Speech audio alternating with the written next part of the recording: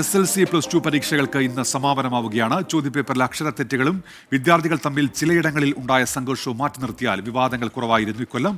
സംഘർഷ സാധ്യതകളുടെ പശ്ചാത്തലത്തിൽ സ്കൂളുകളിൽ അതിരുവിട്ട ആഹ്ലാദ പ്രകടനങ്ങൾ പാടില്ലെന്ന് പൊതുവിദ്യാഭ്യാസ വകുപ്പ് നിർദ്ദേശം നൽകിയിട്ടുണ്ട്.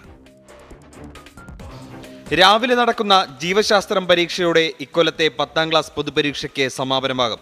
സംസ്ഥാനത്ത് 2964 കേന്ദ്രങ്ങളിലായി 4,25,861 വിദ്യാർത്ഥികളാണ് ഈ വർഷം SSLC പരീക്ഷ എഴുതിയത്.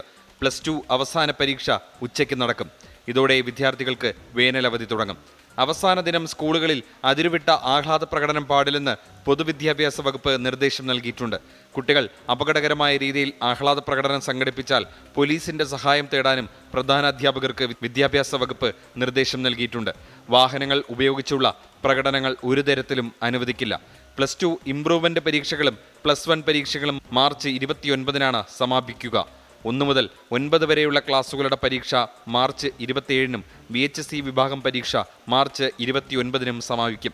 ചില സ്കൂളുകളിൽ വിദ്യാർത്ഥികൾ തമ്മിൽ ഏറ്റുമുട്ടിയതും മലപ്പുറത്ത് കോപ്പിയടിക്കാൻ കുട്ടികൾക്ക് പ്രിന്റ് എടുത്ത് മടുത്തുവെന്ന കടയുടമയുടെ പരാതിയും ചോദ്യപേപ്പറിലെ അക്ഷരത്തെറ്റുകളും മാറ്റി നിർത്തിയാൽ വിവാദരഹിതമായിരുന്നു ഇക്കൊല്ലത്തെ പൊതുപരീക്ഷ. 24 തിരുവനന്തപുരം.